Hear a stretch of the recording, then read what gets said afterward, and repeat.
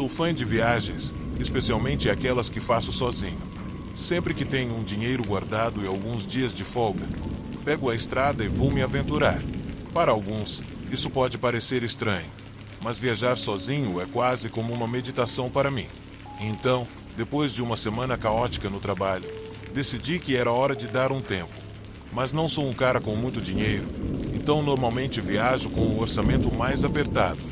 Minhas opções preferidas são ficar em airgos ou com famílias locais. Um colega me recomendou um lugar perto da costa que estava sendo bastante procurado. Então dei uma olhada e escolhi um chalé próximo à praia. O anfitrião era um italiano chamado Luca, que morava lá com a filha. Ele tinha outra casa na mesma propriedade. Como já tinha tido experiências parecidas, não hesitei nem por um segundo em fazer a reserva. Finalmente, o dia da viagem chegou, e minha empolgação só aumentava ao imaginar o quanto eu ia aproveitar aqueles dias. Entrei no carro e parti para o refúgio que eu tanto precisava. O que eu mais gosto em viagens longas é que você já começa a curtir antes mesmo de chegar ao destino. E, nesse caso, a paisagem era incrível. De um lado, colinas avermelhadas, do outro, o oceano sem fim. Em certo momento, precisei parar em um posto de gasolina porque meu GPS começou a dar problema. O lugar parecia saído direto de um filme de terror. Do nada, apareceu um cara com uma barba desgrenhada e um cheiro, bom, nada agradável. Suas roupas estavam imundas, e ele me olhava como se estivesse me avaliando para um assalto. A sensação ruim bateu forte, mas mesmo assim perguntei se ele conhecia o endereço que eu precisava. Ele olhou para o meu celular e, de repente, o rosto dele mudou. Abriu um sorriso perturbador e disse para eu pegar a próxima saída à esquerda e depois virar à direita. O jeito que ele me dispensou, dizendo divirta-se, me deu arrepios. Enquanto dirigia, não conseguia parar de pensar que talvez eu tivesse feito uma péssima escolha. Mas, conforme me aproximava da casa de praia, percebi que não, pelo contrário, o lugar parecia um sonho para qualquer viajante. A propriedade era linda, exatamente como eu imaginava. Quando cheguei, buzinei e logo um homem na casa dos 50 anos saiu correndo para me receber. Ele abriu a porta com um sorriso largo e disse: "Bem-vindo à minha casa na praia. Sou o Luca, seu anfitrião." Agradeci animado. Ao entrar, percebi que aquele chalé de madeira era perfeito para alguém como eu, simples, mas aconchegante. O melhor de tudo, tinha uma varanda com vista direta para o mar. Me apaixonei pelo lugar na mesma hora e só queria largar minhas coisas e correr para mergulhar. Luca, muito simpático, me entregou as chaves e me convidou para almoçar com ele e a filha. Eu já tinha outros planos para a refeição, mas aceitei por educação. Assim que ele saiu, não resisti e mergulhei no oceano, me jogando por inteiro. Não me lembrava da última vez que me senti tão vivo desde o meu término. Flutuando na água gelada e olhando para o céu, senti uma energia renovadora. Era exatamente o que eu precisava naquele momento. Depois de um tempo, saí para me arrumar e ir até a casa do Luca. O chalé dele ficava logo depois do gramado, e o silêncio daquele lugar me envolveu completamente. Bati na porta, meio nervoso, e, em um segundo, ela se abriu. Mas o que vi ali me pegou de surpresa. Bem na minha frente, estava a mulher mais linda que eu já tinha visto. "Oi, você é o Jacob, né? Entra. Meu pai está no porão. Eu sou a Alisa. Prazer." Ela estendeu a mão para mim, com um sorriso que fez tudo ao meu redor desaparecer por um momento. Apertei sua mão, meio sem jeito, e me apresentei, gaguejando de nervoso. Me senti um completo idiota. Ela me levou para dentro e me fez sentar à mesa da sala enquanto saía por um instante para chamar o pai. Durante o almoço, eu não conseguia tirar os olhos dela. A Lisa era simplesmente encantadora. Naquele momento, me senti sortudo por ter escolhido aquele lugar. Depois da refeição, agradeci aos dois e voltei para o chalé. Era a hora perfeita para tirar um cochilo. E, claro, sonhei com a Lisa, mas fui despertado por um estrondo. Acordei assustado, meu coração disparado. Não tive dúvidas, aquilo foi um tiro, e veio da casa do Luca e da Lisa. Abri a porta e outro disparo ecoou, seguido por um grito que gelou meu sangue. Era a Lisa. Com passos trêmulos, comecei a caminhar até a casa. sentindo o medo me dominar. Espiei pela janela da varanda e fiquei sem ar. Luca estava sentado em uma cadeira, com metade da cabeça estourada. Sangue e pedaços do cérebro estavam espalhados pela parede branca atrás dele. A Lisa estava amarrada a outra cadeira, com um tiro no braço e o rosto coberto de lágrimas. 2 homens mascarados discutiam em frente a ela. Um deles a ameaçava, enquanto o outro revirava a casa. Foi quando ouvi uma voz familiar. Era o cara do posto de gasolina. Ele está aqui. Cadê o homem? Eu dei as instruções para ele. Se não disser, matamos você e levamos tudo o que tiver. A Lisa respondeu corajosamente. Ele não está aqui. Só estamos eu e meu pai. Mas o homem zombou. Bom, seu velho não vai poder confirmar isso. Minha mente girava. Eu estava completamente ferrado. O desgraçado queria que eu me divertisse, porque ele já tinha armado tudo. Olhei ao redor, desesperado por algo útil. Foi quando vi uma pá jogada no chão. Peguei uma pedra e joguei na varanda para distraí-los. Depois, corri até os fundos da casa. Agarrei a pá e esperei. Ouvi o homem dizer: fica aqui. Eu vou checar o outro chalé. Essa garota tá mentindo. Assim que ele saiu, aproveitei a chance para entrar pela janela e acertei o outro criminoso com a pá, o mais forte que consegui. Ele caiu inconsciente. Soltei a Lisa rapidamente e a levei para um quarto, trancando a porta. Você tem que ir. Não pode me salvar. Ele já matou meu pai. Vai me matar também. Ela disse, desesperada. Não vou te deixar aqui. Respondi, sentindo uma conexão inexplicável com ela. De repente, passos pesados se aproximaram. Então você nocauteou meu parceiro.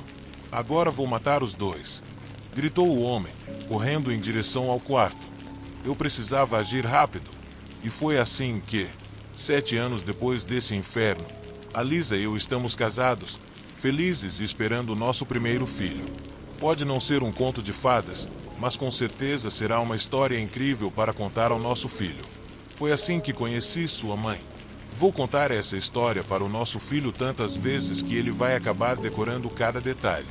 Talvez, um dia, ele ache difícil acreditar que seus pais se conheceram em meio a uma cena digna de um filme de ação, com tiros, bandidos e uma pá como arma improvável.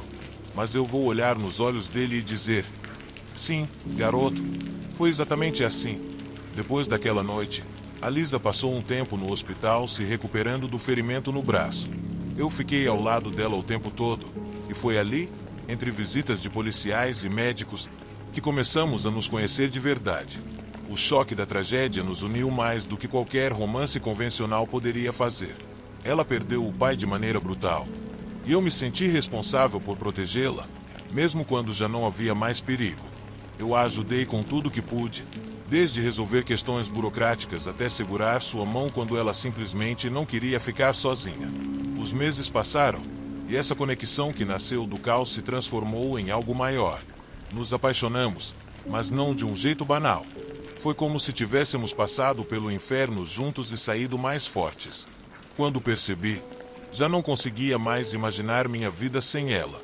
A viagem que deveria durar poucos dias acabou mudando completamente meu destino. Nunca voltei para minha antiga rotina. Em vez disso, fiquei ao lado de Alisa, ajudando-a a reconstruir a vida, e nesse processo, construímos a nossa. 7 anos depois, aqui estamos, casados, felizes, esperando o nosso primeiro filho. Sempre que me perguntam como nos conhecemos, eu dou um sorriso e digo: é uma longa história.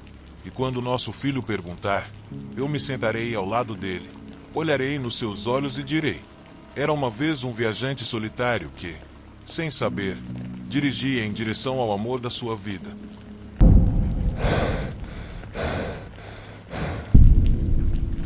Depois de terminar o ensino médio, minha irmã e eu decidimos fazer uma viagem para o interior. Reservar um Airbnb parecia uma boa escolha para termos um pouco mais de conforto. Mesmo que Riley fosse apenas alguns anos mais velha do que eu, ela sempre agia como se fosse muito mais, e por isso, achava que sempre tinha a última palavra. Às vezes, o jeito dela me irritava, mas, no fundo, eu sabia que ela só queria o meu bem. Então, eu não discutia com ela sobre isso.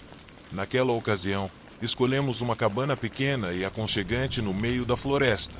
O principal motivo para escolhermos aquele lugar era que ele ficava bem ao lado de uma bela cachoeira. Pensamos que seria o lugar ideal para desconectar do mundo e relaxar. Estávamos dirigindo por aqueles vastos campos de milho, ouvindo o canto dos pássaros, e aquilo me acalmava. Abri a janela do carro e deixei a brisa fresca bagunçar nosso cabelo. Então, Riley colocou sua música favorita e começamos a conversar, rir e nos divertir bastante. Depois de várias curvas, finalmente chegamos a uma estrada de terra cercada por uma floresta densa. A sombra das árvores enormes criava uma atmosfera meio sinistra ao nosso redor. Riley abaixou o volume da música e me perguntou se eu conseguia ouvir alguma coisa. Sim, o som da água. Respondi, animada. Estamos perto, ela disse. Acelerei um pouco, ansiosa para chegar logo. Quando vimos uma bifurcação, consultamos o GPS para confirmar que precisávamos seguir pela direita. Foram mais uns 15 ou 20 minutos até que, finalmente, chegamos. A cabana era exatamente como na foto do site, cercada por pinheiros altos e com uma trilha levando à floresta de um lado. Quando saímos do carro, ligamos para o dono do Airbnb, que nos disse que estaríamos sozinhas e que a chave estava escondida debaixo do tapete. Riley abriu a porta e entrou primeiro. Nós duas ficamos encantadas. A cabana era aconchegante e muito bem organizada. Havia uma pequena sala de estar conectada à cozinha de um lado e 2 quartos do outro. Um dos quartos tinha vista para a trilha de caminhada e o outro dava para a floresta. Escolhi o segundo porque achei que seria incrível acordar com o sol nascendo entre as árvores. A única coisa ruim era que o banheiro ficava do lado de fora, nos fundos. A ideia de ter que sair da cabana no meio da noite para usá-lo me assustava um pouco, mas não havia outra opção. Então, fui tomar banho enquanto Riley organizava a cozinha com as coisas que trouxemos. Quando cheguei ao banheiro, abri a torneira e a água fria jorrou da ducha. Comecei a ensaboar o cabelo e a cantarolar, até que, de repente, senti uma sensação estranha. Era como se eu não estivesse sozinha ali. Meus olhos estavam fechados por causa do shampoo, então não conseguia ver nada, mas tentei ignorar e me concentrar apenas em lavar o cabelo. Meu cabelo estava longo, e a brisa da estrada o tinha deixado muito embaraçado. Mas, de repente, minha mão passou pela parte de trás da minha cabeça e senti outra mão tocando o meu cabelo. Na mesma hora, todos os pelos da minha nuca se arrepiaram. Enxaguei o rosto o mais rápido que pude e abri os olhos. Mas não havia ninguém ali. Verifiquei a fechadura da porta e estava tudo certo. Então, tentei me convencer de que era só minha mente pregando peças em mim, depois da longa viagem. Quando voltei para a cabana, vi Riley cozinhando o almoço. Ela sorriu e perguntou como tinha sido o banho. Alguém te ligou ou algo assim? Perguntei, tentando parecer despreocupada. Não. Eu fiquei aqui o tempo todo cozinhando. Por quê? Aconteceu alguma coisa? Dei uma risada forçada, tentando disfarçar. Só me assustei um pouco no banho, confessei. Relaxa, você vai se acostumar, disse Riley, tentando me tranquilizar. Eu sei que o banheiro é meio esquisito. Muitas cabanas são assim. Mas, se você tiver medo de ir sozinha à noite, pode me acordar. Eu sou sua irmã mais velha, então posso te proteger, ela disse com um sorriso provocador. Olhei para ela com uma mistura de irritação e diversão e respondi. Cala a boca e termina logo essa comida. Não queria prolongar o assunto, principalmente porque ela já estava começando a tirar sarro de mim. Depois de um almoço gostoso, decidimos dar uma volta antes do sol se pôr. Não queríamos arriscar fazer trilha no escuro. Enquanto andávamos pela floresta, avistei uma torre ao longe. O que é aquilo? Perguntei, apontando. Riley franziu a testa e me seguiu. Fomos empurrando galhos e arbustos até chegarmos mais perto. A torre era cinza, tinha um aspecto sombrio e parecia um tipo de monumento. Quando nos aproximamos, percebemos que era uma lápide de mármore. É um túmulo? Murmurei, sentindo um arrepio. Riley se aproximou e leu a inscrição. Aqui jaz minha amada esposa. Espero que ela descanse em paz. Fiquei paralisada por um instante, tentando processar aquilo. Por que o dono não mencionou isso para a gente? Perguntei, incomodada. Não é nada agradável descobrir que tem um túmulo perto de onde estamos hospedadas. E por que ele mencionaria? Riley retrucou. Imagina avisar os hóspedes que tem um cemitério ao lado. Ninguém ia querer alugar essa cabana. Ela riu da minha preocupação, mas eu não achei graça. Então, me lembrei da sensação estranha que tive no banho. Algo dentro de mim dizia que não deveríamos estar ali. Foi só mais tarde que descobri o que realmente aconteceu naquela cabana. Muitos anos atrás, um casal morava ali. Tudo parecia bem, até que o marido começou a desconfiar que sua esposa o traía. Uma noite, tomado pelo ciúme, ele a matou. Ela estava grávida de 8 meses. Depois de assassiná-la, ele também tirou a vida do bebê e enterrou os dois ao lado da cabana. Não sei se o homem ainda está vivo, mas até hoje tenho pesadelos com aquela noite. E sigo brigando com o dono do Airbnb por ter colocado a gente para dormir em uma cabana assombrada.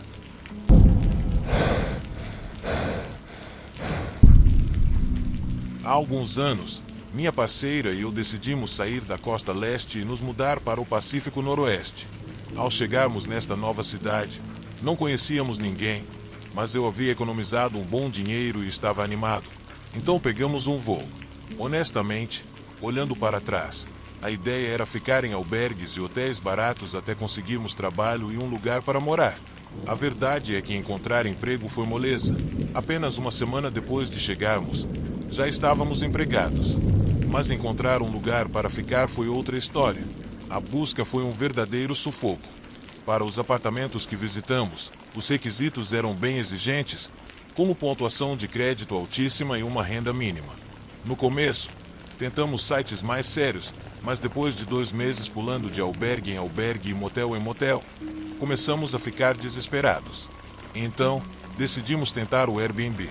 Para ser sincero, a maioria das opções que vimos deixava muito a desejar, mas um dia encontrei um anúncio que me deixou desconfiado. A descrição dizia que o cara tinha uma casa grande em um bairro legal e estava alugando um quarto de 500 pés quadrados por $500 por mês, incluindo as utilidades. Era suspeitamente barato. Além disso, o anúncio parecia uma mistura de propaganda de aluguel de quarto e uma carta onde ele se defendia de acusações de ser um cara esquisito. Agora, se não estivéssemos tão desesperados, nem teríamos considerado entrar em contato com ele. Mas, nesse ponto, já estávamos sem dinheiro, então decidimos arriscar e ligamos para ele. O homem parecia normal, até sugeriu que nos encontrássemos em um lugar público para conversar sobre o quarto e nos convidou para um restaurante perto do albergue onde estávamos, embora não tivéssemos falado sobre nossa localização.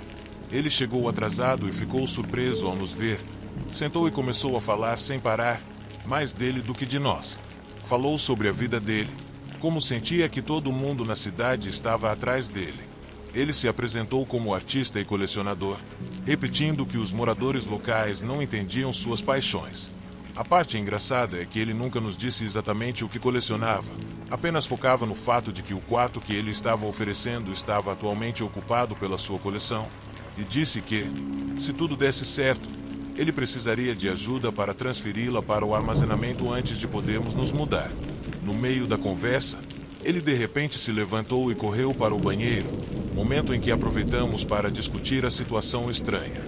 Já estava claro para nós que ele provavelmente não era uma pessoa muito sã, mas a possibilidade de ficarmos sem lugar para ficar pesava demais. Então concordamos que deveríamos ao menos ver o local, para ver se tudo era tão estranho quanto parecia. Quando ele voltou para a mesa, estava suando e muito nervoso, mas não entenderíamos por que até mais tarde. Então, antes que pudéssemos dizer algo, ele disparou.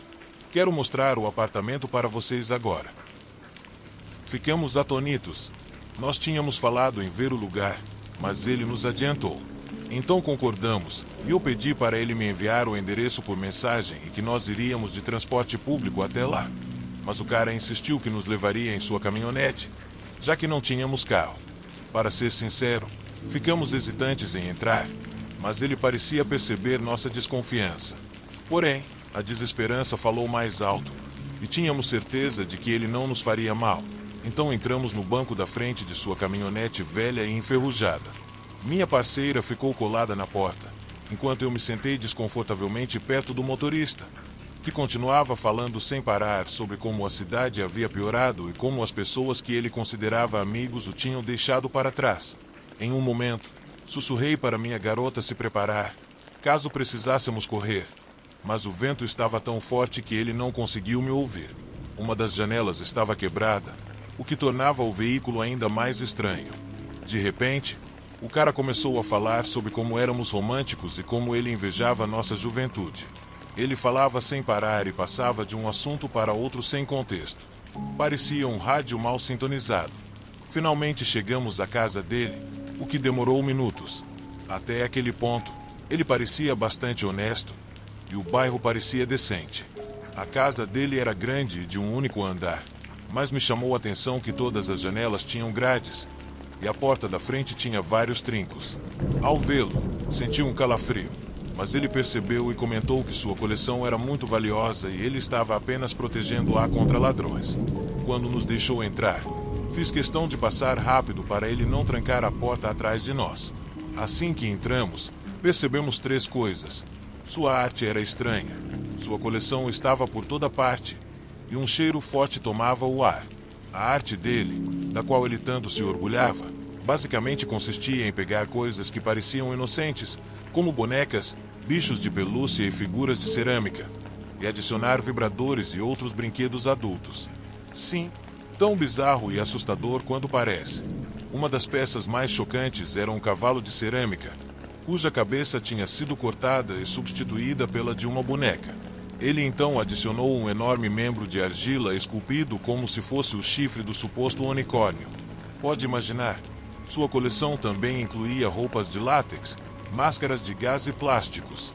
O lugar estava tão abarrotado que só havia um caminho em cada cômodo pelo qual você poderia andar sem tropeçar nas obras de arte ou pisar em pilhas de roupas fetichistas e outras coisas bizarras. Tenho que dizer que a atmosfera foi ficando cada vez mais desconcertante, e um alarme de alerta soava alto na minha cabeça, embora eu não soubesse exatamente o que fazer em seguida. Esse cara claramente não se importava com limpeza. O lugar estava cheio de mofo e borracha velha, e o carpete parecia não ter visto um aspirador desde a década de 1970. Quando passamos pela cozinha, ele de repente declarou que adorava panelas de ferro fundido porque não precisava lavá-las. E foi nesse momento que percebemos que todas as bancadas estavam abarrotadas de panelas enferrujadas, cheias de restos de comida que pareciam ter décadas. Sei que deveríamos ter saído de lá imediatamente, mas seguimos ele silenciosamente pelo resto do tour, enquanto ele parava de vez em quando para nos mostrar sua obra favorita, repetindo que o quarto estava cheio de suas coisas mais queridas. Ele queria dizer que mudar de lugar era divertido, mas ele não estava falando para nós. Estava falando para sua arte. Finalmente, ele abriu a porta do quarto que queríamos alugar e exclamou: "Vou lá." Minha parceira e eu ficamos boquiabertos. O quarto tinha cerca de 50 metros quadrados, mas cada centímetro estava lotado de cabides, todos com roupas de látex brilhante e calças plásticas com vibradores costurados na frente. Era uma cena realmente perturbadora. Tentávamos manter a compostura, absorvendo toda aquela bizarrice na casa dele, com medo de uma reação violenta caso fosse muito óbvio que estávamos horrorizados. No entanto, comecei a notar que ele parecia desapontado por não estarmos tão surpresos quanto ele esperava. Acho que ele sentia prazer em surpreender as pessoas com sua coleção excêntrica, mas, nesse caso, claramente não estava funcionando do jeito que ele queria. Dissemos a ele que o quarto parecia espaçoso o suficiente e que precisaríamos voltar ao hotel para pensar um pouco mais. Ele não teve grande reação, mas concordou em nos levar de volta. No entanto, a caminho do carro, ao passarmos por um cômodo escuro, percebi que ele enfiou a mão no bolso, tirou algo e jogou através da porta aberta. Eu entrei em pânico, pensando que poderia ser as chaves do carro dele, então usei a luz do meu celular para olhar para dentro enquanto passávamos. Meu Deus, aquele cômodo estava uma bagunça. Estava cheio de camisinhas usadas e balões de esperma, como minha parceira mais tarde chamou. Depois, especulamos que ele poderia estar, bem, se dando prazer no restaurante e enchendo a camisinha antes de nos levar para casa. E aquilo era só o que ele tinha jogado naquele quarto imundo. Quando voltamos para sua caminhonete, tivemos uma longa e desconfortável viagem até o restaurante onde nos encontramos, enquanto ele falava mais do que nunca. Passamos pelo mesmo lugar 3 vezes, o que nos fez perder a paciência, e quando finalmente parou no semáforo vermelho, gritamos freneticamente: "Tá ótimo, obrigado. Foi bom conhecer você. Tchau." E praticamente pulamos do carro. Eu mal consegui adicionar o número dele nos meus contatos como o senhor perverso. Nos dias seguintes, ele começou a me mandar mensagens perguntando se já tínhamos decidido sobre o quarto. Eu tentei ser educado e respondi que decidimos não ficar, mas que agradecíamos a oferta. Ele então respondeu com "você está querendo", repetindo isso umas 30 vezes. Fiquei me perguntando por que ainda estava tentando ser educado com ele depois disso, mas a verdade é que não queria conflito desnecessário. Quando ele finalmente parou de mandar mensagens, eu respondi que sim. A coleção dele era adorável, mas tão grande que não tínhamos coragem de pedir para ele se mudar. Demorou alguns dias para ele responder, mas ele levou melhor do que imaginávamos. Disse: "Sim, eu realmente não queria mexer com isso. Obrigado por entender." Então, de forma bem direta, sugeriu um lugar de hambúrguer para nos ver novamente. Depois disso, bloqueei o número dele, só por segurança. Melhor prevenir do que remediar, pensei, embora a experiência ainda tenha me deixado desconfortável, mas aliviado por ter escapado daquela loucura.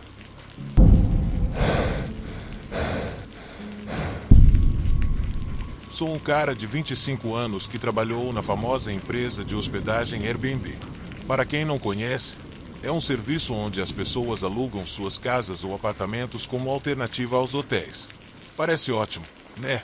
Mas tem um problema. A questão legal é um pouco complicada.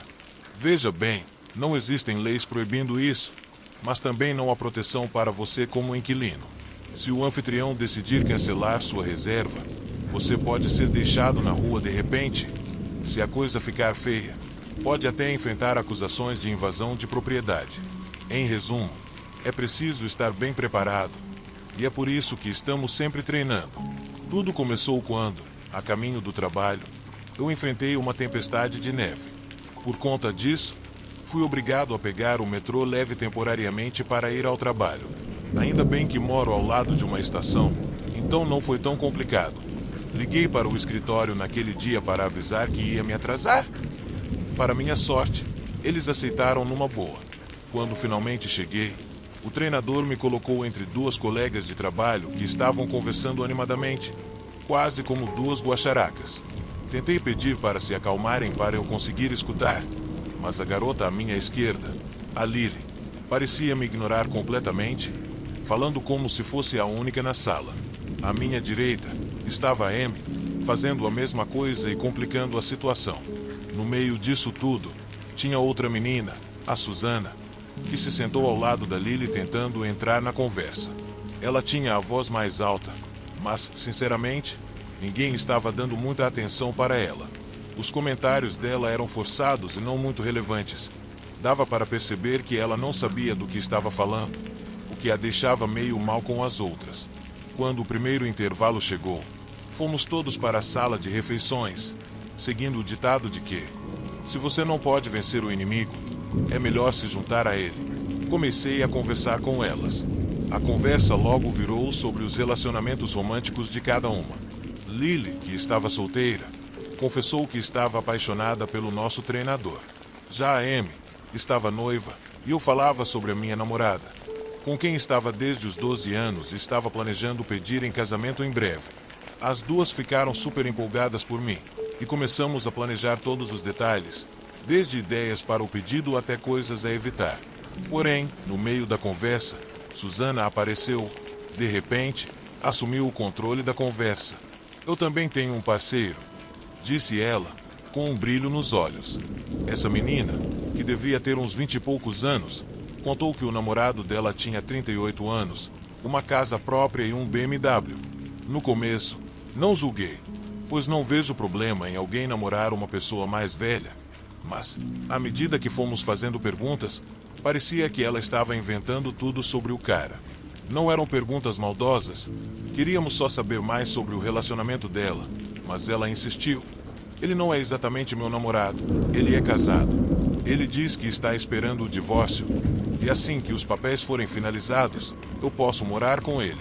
Eu já estava começando a ficar desconfortável com a conversa. O jeito que ela falava sobre a situação dela me fez duvidar da realidade dela. Será que tudo aquilo era verdade ou ela estava se iludindo? À medida que a conversa continuava, um ar desconfortável tomou conta da Susana, e eu percebi que estava entrando em algo que não queria. O clima ficou tenso e estranho, e, por algum motivo, no meio da história dela, parecia que ela estava flertando comigo. Ela começou a insinuar coisas sexuais. Toda vez que fazia isso, me lançava um olhar de canto de olho e depois voltava a falar como se nada estivesse acontecendo. Isso me deixou nervoso. E, para ser sincero, eu acho que, para um relacionamento dar certo, deve haver uma química entre as duas pessoas. E eu não estava sentindo nada por aquela garota. Depois da sessão de treinamento, me preparei para ir até a estação do metrô leve, mas a neve estava acumulada, com pelo menos 60 centímetros de neve no chão. Diante disso, Amy se ofereceu para me dar uma carona para casa, já que ela morava perto de mim. Aceitei feliz e falei que ela podia encher o tanque de gasolina como agradecimento. Mas foi aí que Susana apareceu do nada e pediu uma carona também. Por que você não me deixa na estação de trem perto dos Schwartz? Perguntou ela. Não pensei muito nisso no começo, mas achei estranho ela querer descer bem ao lado de onde eu morava. Tinha uma estação mais perto, e isso me deu um mau pressentimento. Então, inventei uma desculpa e pedi para Amy me deixar no meu escritório de locação, que era mais perto. Fiquei aliviado quando ela concordou. Não queria que ninguém soubesse exatamente onde eu morava. Depois, caminhei para casa, já que não era muito longe. Naquela tarde, como não queria sair na neve de novo e tinha perdido meu carro, decidi pedir uma pizza. Já fazia um tempo e a neve não estava ajudando no trânsito. Finalmente, depois de 45 minutos, o entregador chegou, mas, além da pizza, ele também me entregou uma carta que disse ter encontrado no nosso tapete. Fiquei curioso, já que tínhamos acabado de nos mudar e não conhecíamos os vizinhos. Achei que poderia ser de algum deles, mas, quando abri, era uma carta da Susana, com um envelope cheio de corações e as iniciais dela em um deles. Como ela sabia o número do meu prédio? Pensei intrigado. Até o número do meu apartamento estava lá. Sem pensar, rasguei a carta em pedaços e joguei fora, com medo de minha namorada ver e pensar que era algo estranho. Agora, olhando para trás, sei que foi uma decisão estúpida, mas eu não estava preparado para o que aconteceria no dia seguinte. Quando cheguei ao trabalho, Susana se aproximou de mim com aquele sorriso irritante. Você recebeu o presente que deixei ontem? Perguntou ela. Quase surtei. Como você sabia onde eu morava? Perguntei, tentando me manter calmo. Usei minhas credenciais de administrador para acessar a lista de testes que você fez ontem no treinamento. Espero que não se importe, disse ela, tentando parecer fofa. A raiva me invadiu. Isso é uma invasão total da minha privacidade. Você sabia que eu tenho uma namorada e que estou planejando pedir ela em casamento em breve. Se houver mais alguma coisa sua, não vou hesitar em chamar a polícia, gritei, cheio de fúria. Então, virei as costas para ela e fui até meu cubículo. Ela não disse mais nada depois disso. Passaram-se algumas semanas e Susana continuava aparecendo toda vez que eu estava conversando com a Lily e a Amy. Ela interrompia e fazia a conversa girar em torno da vida dela e do namorado. As histórias dela sobre a vida sexual estavam se tornando cada vez mais desconfortáveis. Não tenho problema nenhum com os gostos ou vidas dos outros, mas não queria saber de todos os detalhes, ainda mais de forma tão gráfica, especialmente no trabalho. O pior de tudo é que, embora estivéssemos conversando sobre relacionamentos, o tema sexo nunca tinha surgido antes. Era como se ela quisesse forçar a narrativa dela em todos que estavam ouvindo. Toda vez que Susana entrava na conversa, o ambiente ficava pesado. Eu só queria me afastar dela.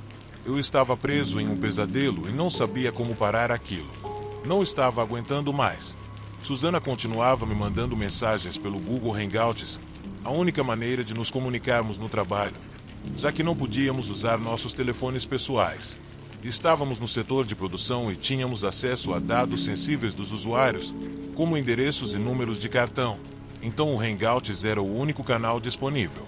Ela me mandava coisas como: desculpa, me perdoe, eu gosto muito de você e não sabia como te dizer, podemos recomeçar. Ignorei todas aquelas mensagens até que finalmente decidi bloqueá-la. Mas, paradoxalmente, ao invés de ela se acalmar, ela ficou ainda mais agressiva. Começou a me perguntar: por que você não gosta de mim? É porque eu sou gordo ou algo assim? E depois falava coisas estranhas, como: eu deixaria você fazer o que quisesse comigo. Só me diga qual é a sua fantasia mais sombria que eu vou realizar. E o mais perturbador de tudo: se você não vier até mim hoje, vou dizer que você me molestou.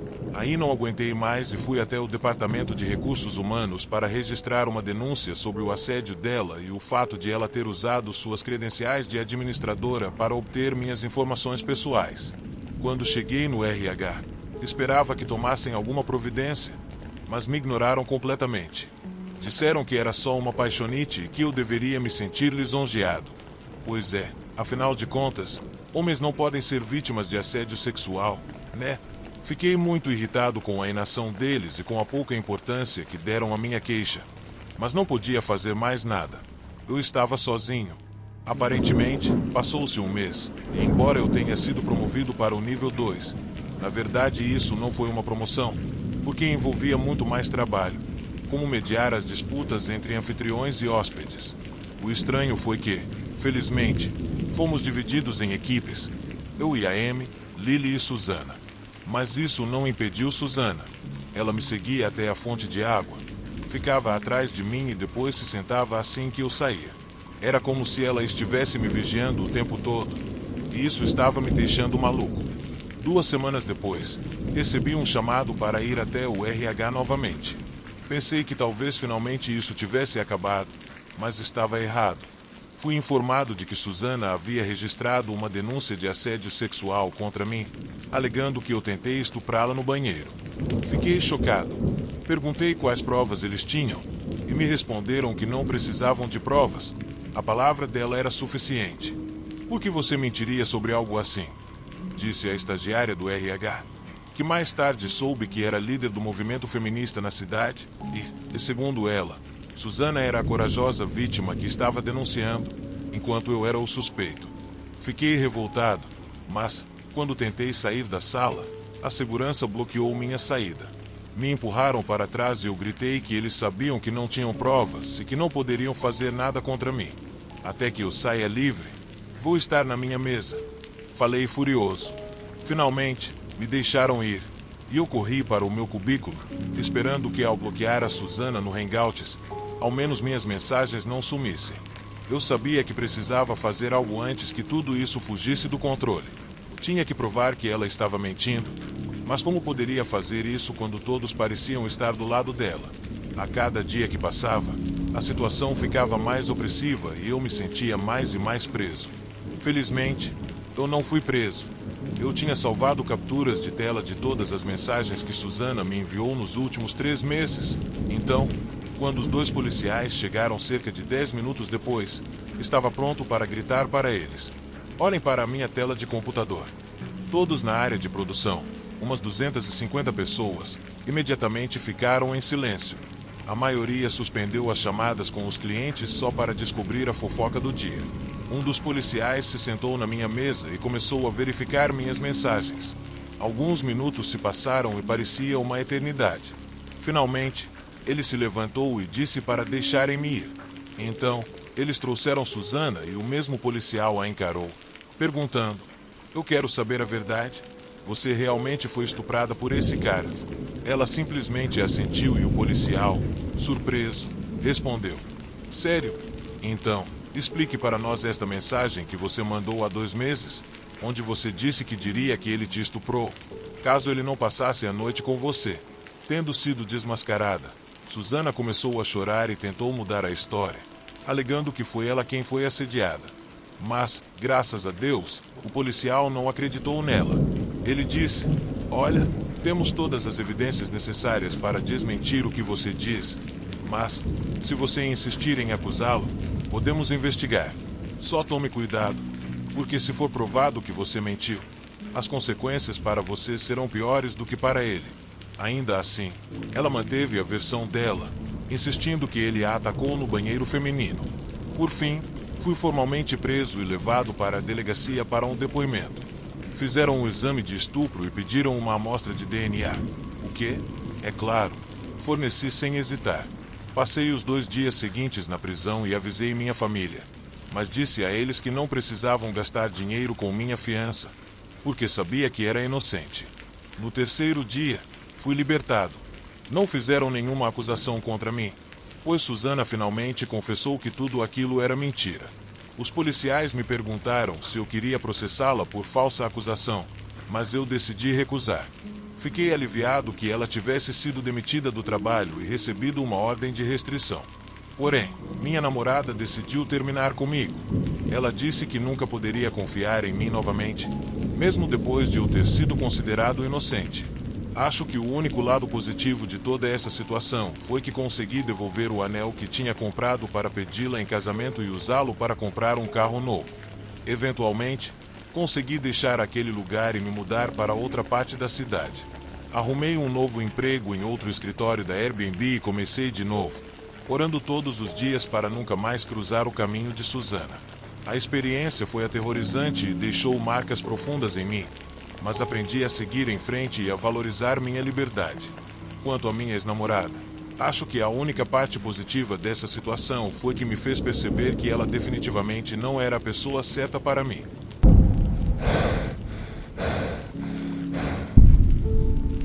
Meu nome é Marta e, neste momento, estou no aeroporto esperando o meu voo para sair deste país. E, para ser bem honesta, não pretendo voltar nunca mais. Não me entenda mal. O Vietnã é um lugar lindo. Eu vim aqui porque amo a comida, a cultura e estou sempre disposta a tentar coisas novas. Mas essa viagem tem sido um desastre completo para mim e meu marido. E tudo se resume à nossa experiência com o Airbnb. Ficamos no Vietnã por apenas alguns dias, mas queríamos aproveitar ao máximo nosso tempo aqui. Então decidimos alugar um Airbnb ao invés de ficar em um hotel. Enquanto navegava pelo aplicativo, vi um anúncio que me chamou a atenção. Ei, Tom, vem ver isso. Disse ao meu marido. O que foi, amor? Ele respondeu, enquanto eu virava a tela do laptop para mostrar as fotos dessa casa linda. Era uma casa de estilo tradicional antigo, que estava sendo usada apenas como Airbnb. É linda, mas por que está tão barata? Ele perguntou. Não sei. Talvez seja porque é bem antiga, eu disse, dando de ombros. No final das contas, não me importava muito o motivo. Só parecia incrível e estava dentro do nosso orçamento. Então, fizemos a reserva e logo depois recebi uma mensagem do proprietário confirmando a nossa estadia. Os dias passaram rápido e logo chegamos ao Vietnã. Pegamos um táxi até o endereço do Airbnb. Quando chegamos, a casa era ainda mais impressionante do que imaginávamos. O lugar era enorme e tinha um jardim grande e lindo. Ao entrarmos, ficamos deslumbrados com o interior. Era luxuoso e tinha um cheiro maravilhoso. Fomos recebidos pelo dono, um homem idoso com um sorriso estranho. Talvez porque os olhos dele pareciam um pouco arregalados. Ele não falava inglês muito bem, então não entendi muito do que ele dizia. Depois de nos mostrar a casa, ele se despediu, murmurando algo sobre ter que resolver uns assuntos, e assim que ele saiu, Tom se virou para mim e perguntou: E aí, o que você achou? Eu acho que esse lugar é incrível. Não acredito que estamos tão sortudos. Respondi. Eu também. Quero ver o quarto de novo, disse ele. Esse quarto era especialmente bonito, com um pé direito alto e uma cama enorme. Estávamos ambos exaustos, então decidimos dormir cedo. Eu me ajeitei na cama. Em pouco tempo, ouvi Tom roncando ao meu lado, mas eu não estava tão cansada. Então peguei um livro na mesa de cabeceira e comecei a ler. Devem ter se passado uns 30 minutos quando ouvi um barulho estranho, como se algo estivesse arranhando o teto. Eu ignorei totalmente, achando que fosse algum animal, mas o som continuou. Finalmente, decidi levantar e olhar pela janela, mas não vi nada. Suspirei e voltei para a cama, logo caindo no sono. No entanto, fui acordada novamente, dessa vez por um estrondo alto, como se algo tivesse caído no andar de baixo. Tom! Eu exclamei, e ele acordou assustado. O que foi isso? Ele perguntou. Não sei, mas vou descobrir, respondi. Eu vou com você, ele disse, já se levantando e pegando o celular para usar como lanterna. Estávamos os dois um pouco nervosos, mas a curiosidade foi mais forte do que o medo. Juntos, saímos do quarto, prontos para enfrentar o que quer que fosse. As janelas estavam completamente escurecidas e eu não conseguia enxergar nada. E a única luz era a da tela do celular de Tom. Mas tinha algo na expressão dele que me deixou desconfortável. Amor, você ajustou a hora do seu celular antes de a gente chegar aqui? Eu perguntei. Claro. Por quê? Ele respondeu. Seu celular diz que são 8 horas da manhã. Eu franzi a testa ao olhar para a tela, e depois olhei para a janela, meio esperando que já fosse de manhã e os passarinhos estivessem cantando sob o sol brilhante. Mas estava tudo escuro lá fora. Isso é estranho, não é? Talvez o horário tenha sido ajustado durante a noite ou algo assim. Minha voz sumiu, à medida que percebia o quanto tempo já tínhamos dormido. De repente, me virei para a janela e tentei abri-la, como fiz na noite anterior, mas quando tentei, percebi que ela estava fechada com tábuas por fora. Olhei para Tom e vi na expressão dele que ele também percebeu isso. Vamos tentar a porta. Talvez estejam fazendo manutenção, sugere. Descemos até a porta, e quando chegamos lá, descobrimos que ela também estava fechada com tijolos. Nesse momento, quase esqueci do barulho que tínhamos ouvido antes, mas de repente ele voltou, um som alto, como se algo estivesse rastejando. Mas dessa vez, não vinha do teto, vinha do nosso antigo quarto. Levantei o celular para iluminar as escadas, e foi aí que vi um par de olhos enormes e amarelos brilhando na escuridão, uma língua bifurcada saindo e se mexendo no ar, e um corpo enorme e enrolado bloqueando a escada. Era uma cobra, mas uma cobra gigantesca, bloqueando nossa única saída. Meu marido e eu ficamos paralisados de medo, sem saber o que fazer. Mas de repente, a cobra começou a descer as escadas lentamente, se aproximando de nós. Corre! Gritou Tom, e nós dois saímos correndo em direções opostas. Eu corri para a cozinha, pensando que poderia encontrar algo para me defender, mas quando olhei ao redor, percebi que todas as facas haviam desaparecido, deixando as gavetas vazias. Nesse momento, ouvi os gritos de Tom vindo de outro cômodo. Socorro! Alguém me ajude! Sem pensar, corri em direção à voz dele, sentindo meu coração bater forte na garganta. Abrindo a porta, iluminei o local e vi o corpo de Tom imóvel no chão, com a cobra se enrolando e apertando seu cadáver. Eu queria gritar, chorar, fazer qualquer coisa, mas estava paralisada. Minha mente ficou em branco. Foi então que a cobra se virou para mim, sibilando e mostrando a língua. Finalmente, meu corpo reagiu, e eu corri para o andar de cima, até o quarto. Eu podia ouvir o sibilo da cobra se aproximando cada vez mais. Cheguei ao quarto e tranquei a porta, empurrando uma cadeira contra ela, como uma barricada. Nesse instante, percebi uma porta para o sótão no canto do quarto. Vi luz, uma luz distante, mas era luz, finalmente. Corri até lá, sem saber como cheguei lá, mas não me importei. Eu só queria estar viva. Finalmente, consegui sair e entrei no carro que havíamos alugado. Dirigi rapidamente até a delegacia, e enquanto dirigia, olhei pelo retrovisor. Foi então que vi o velho em frente à casa dele, com o rosto retorcido em um sorriso estranho, acenando para mim. Foi arrepiante. Quando finalmente cheguei à delegacia, contei tudo o que havia acontecido. Eles foram até a casa em uma viatura, mas depois de inspecionar, disseram que verificaram toda a casa e não encontraram nada de anormal, então se recusaram a tomar qualquer ação legal. Mas eu sei o que vi. Eu vim aqui com meu marido e agora estou sozinha. A realidade me atingiu forte. Eu sabia que estava enfrentando algo muito sombrio. E agora estou esperando meu voo para voltar ao meu país o mais rápido possível.